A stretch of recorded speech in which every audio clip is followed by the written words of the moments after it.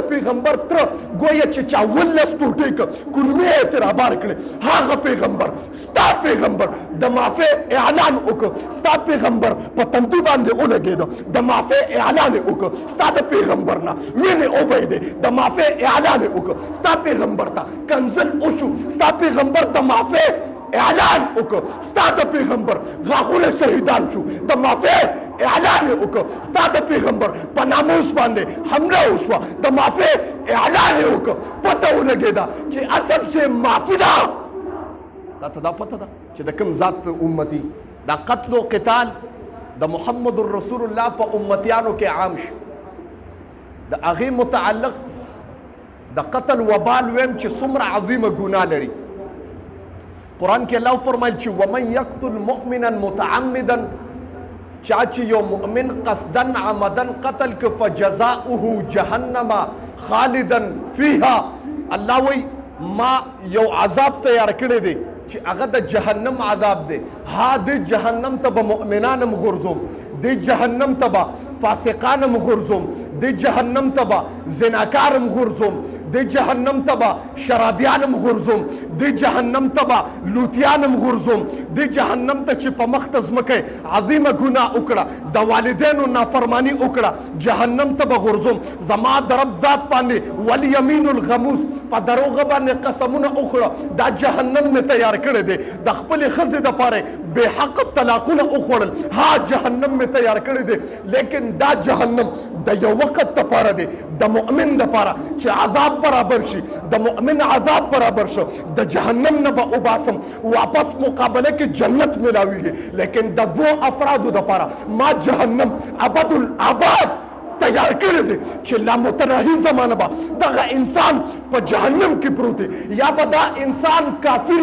ایمان به پکې نه. نمبر 2 یا به دا انساني چې په دنیا کې به یو انسان ناحق قتل کړي. زما رب قرآن کې جمله وفرمایله چې خالدن فیها، په دا قوم به په جهنم کې ابدالآباد پراته زما محترم. او تاسو ته یو جمله ولې نه وایم چې الله وفرمایل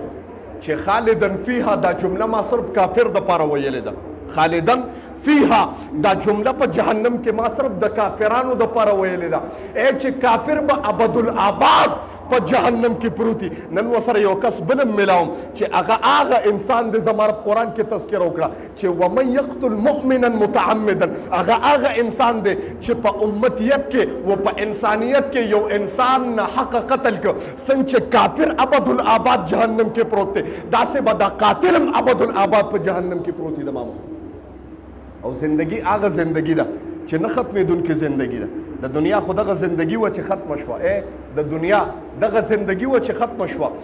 اعضا مې کمزوري شو، تکالیف راته شروع شو، دردونه بیماری راته شروع شوې، ویښته مې په وتو شو، وایي جي ویښته مې کمزوري شو، ویښته مې اوځي، ویښته مې ووتل، غاښونه مې جي کمزوري شو، خوراک نشم کولی، اعضاو کې زور نشته. زه وایم بس اعضاو کې زور ختم شو، ځکه چې د مرګ گویا د مرګ اوازه رااله، او د مرګ د اوازې نه مخکې د انسان په جسم کې کمزورتیا پیدا کیږي. چې کمزورتیا پیدا شوه، پته ولګي د مرګ زما ستا دروازه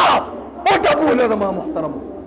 به دغه زندگی و ختمه شوه. زندگی خو هغه زندگی ده چې هغه د عقبا زندگی ده، نه ختمېدونکې زندگی ده. او ته ای مؤمنه، دا مسلمان د 2 روپو دپاره او د 2 پیسو دپاره مسلمان قتل که، الله وی فجزاؤه جهنم خالدا فیها. یوازې دا عذاب نه دی چې جهنم کې به ملاوي، مخکې الله په دې اکتفا نه ده کړې، مخکې ورپسې زما رب تذکره وکړه چې وغضب الله علیه، الله وی د ټولو نه زیات غصه په هغه انسان چې مؤمن نه حق قتل کو. بیا الله وی اکتفا پدیم نکم ولعنه الله، الله وی زه خپل لعنت ویم، الله وی اکتفا پدیم نکم واعد له عذابا عظیما، زما رب وی پدیم اکتفا نکم، بیا مې ولا یو عظیم دردناک عذاب تیار کړی دی. زما محترمو چې قرآن کې الله فرمای ان بطش ربک لشدید، بنده زما د پکړ نه ویریږه، زما د پکړ نه ویریږه، ځکه زما پکړ ډیر سخت پکړ دی. ان بطش ربک لشدید، ورته ووایه محمده چې زما د دې رب چې کوم پکړ دی هغه ډیر مضبوط پکړ دی چې د اونیسي تا ته وایم ای مؤمنه ته یو تیلې بلکه تیلې، تا یو مثال درکوم، یو تیلې بلکه چې وړوکې تیلې دی د اتانو د روپې بلا تیلی کیږي او هغه تیلی د مړ کېدو دپاره ستا ایمان ګورم صرف لاس ورته ونیسه یو وړوکي تیلي ته د مړ کېدو دپاره صرف لاس ونیسه ته مړ کېدو پورې چې څنګه ایمان دی ګورم که نه یو تیلی وړوکي تیلی نو الله وایي ما جهنم تیاره کړی د داسې انسان دپاره بیا د دې پس منظر ویم کله چې قتلونه تاسو ته پته د دوو وجو نه کېږي یا د خېټې نه کېږي قتل یا د خېټې د وجې نه کېږي او نمبر دو پښتو کې نه ویم عربی کې ویم نمبر دو یا د شرمګاه د وجې نه کېږي قتل د دوو وجو نه کېږي تاسو ښه خبر یې په دې خبره باندې ښه عاقلان بالغان یې جدید دور دی د دنیا گویا انتها له راغلی ده د قیامت علامات دي تاسو پوه یې د ټکنالوژي او د ساینس زمانه ده ما وی قتل د دوو وجو نه کېږي یا د خېټې د وجې نه کېږي او یا د شرمګاه د وجې نه کېږي ابتدایي قتل چې په مخ ته ځمکه چوی دی چې قابیل راولګېدو قرآن کې الله فرمایي قرآن کې الله د هغې تذکره کړې ده چې ابتدا قتل کېده آدم علیه السلام بیت الله شریف ته تللو د دوو بچو د شرمګاه په لذت باندې جګړه وه د دوو بچو په یو نکاح کړې خور باندې جګړه وه د دوو وروڼو په یو دغه باندې ښځې باندې جګړه وه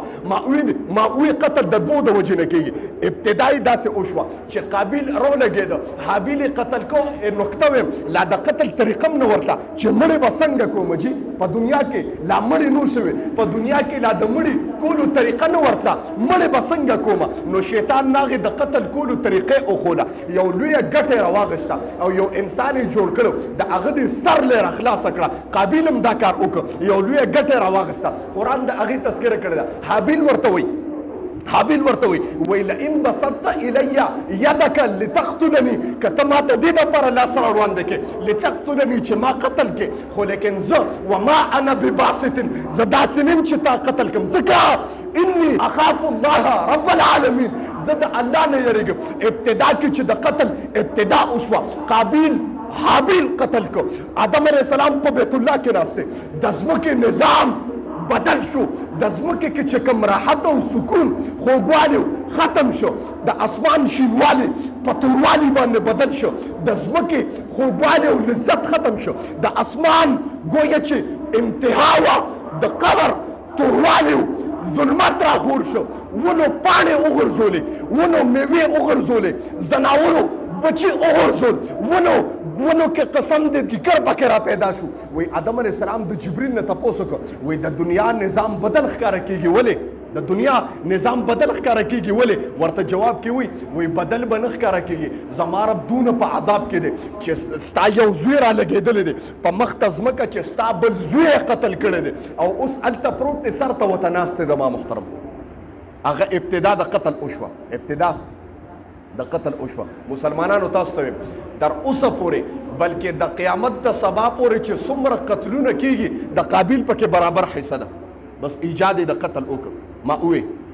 قرآن کې الله فرمایي ومن یقتل مؤمنا متعمدا فجزاؤه جهنم بس الله وایي بس ته چې قتل وکړې نو بس بیا فکر مه کوه ته چې قتل وکړې راځه ما درله جهنم جوړ کړی دی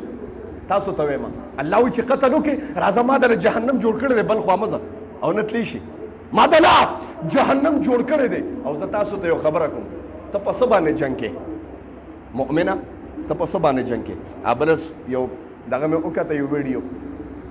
پنجاب کې د روډ د پاسه د دوه وروڼو په یو مرله باندې جګړه وه نو دواړو یو بل وویشتل نو پلار یې ډېر هوښیار هم په هغه یو مرله د سړک د روډ د پاسه چې کومه ځمکه وه په هغې د پاسه دواړو له قبرونه ویسته او پلار به ورسره ناست وي دا څه چل کړی دی وایي دا مې عبرت ګرځولی دی چې د کومې ځمکې دپاره دوی جنګونه کول هغه ځمکه کې لا ځای باقي پاتې دی هغه ځمکه کې لا ځای باقي پاتې دی د نورو قبرونو ځای هم پکې شته درونو جګړه په یو مرله باندې پلار ولا هغه ځمکه کې کنده ویسته هغه ځمکه کې قبر ویسته تا نه تپوس کوم ته به څنګه باندې جنګ کې ته د کوم پیغمبر امتي تا ته پته نه ده او زه تا ته یو جمله وایم تا ته پته نه چې ته د کوم پیغمبر امتي چې هغه پیغمبر داسې پیغمبر دی چې کافرو ته خو مسلمان قتل کې ته خو خپل ورور قتل کې نبی اسلام جمله وفرمایله چې یو انسان یو مسلمان بل مسلمان ته چاړم نیغه کړه چاړه داسې چاړې ورته نیغه کړه تشه تماچې پرې راواړوله فکأنما قتله دا داسې کار وشو چې لکه د قتل وکړه زما محترم هغه پیغمبر جمله وی قرآن کې الله فرمایي چا چې یو انسان قتل کړ دنیا کې فکأنما قتل الناس جميعا الله وی داسې شو چې تمام عالم قتل کړ داسې شو چې په بیت الله باندې گزار وکړ مسلمان قتل کول داسې ده چې سړی په بیت الله او زه تاته یو جمله ته د کوم پیغمبر امتی راشه تاته د پیغمبر پتن لګي ته د هغه پیغمبر امتی کوم پیغمبر زما محترمو کوم پیغمبر چې کافر وبوته کنزل وکړه نو مقابله کې به ورته د معافی اعلان وکړه ابو جهل با رد بد وی پیغمبر به ورته مسکی شو ستا پیغمبر یادوم د محمد رسول الله امتی ستا پیغمبر ته کنزل وشوي نو مقابله کې به ورته وخندل و د معافی اعلان به وکړه ستا په پیغمبر باندې بچا کلمې او د ګویا د ګندګۍ ډک لري واچول پیغمبر چې به د سجدې نه راوچت شو د معافی اعلان به ورته وکړ ستا پیغمبر دوه لوڼې عتبه او عتیبه طلاق کړي او په مخ یې ونه توکانې وټوکلې د پیغمبر په مخ باندې هغه پیغمبر د معافی اعلان وکړ ستا د پیغمبر تر ګویا چې چا 19 ټوټې کړ کلمې یې ترې رابار کړې هغه پیغمبر ستا پیغمبر د معافی اعلان وکړ ستا پیغمبر په تندي باندې ولګېده د معافی اعلان وکړ ستا د پیغمبر نه وینې وبهېدې د معافی اعلان وکړ ستا پیغمبر ته کنزل وشو ستا پیغمبر د معافی اعلان وکړ ستا د پیغمبر غاښونه شهیدان شو د معافی اعلان وکړ ستا د پیغمبر په ناموس باندې حمله وشوه د معافی اعلان وکړ پته ولګېده چې اصل سے معافي ده تا ته دا پته ده چې د کوم ذات امتي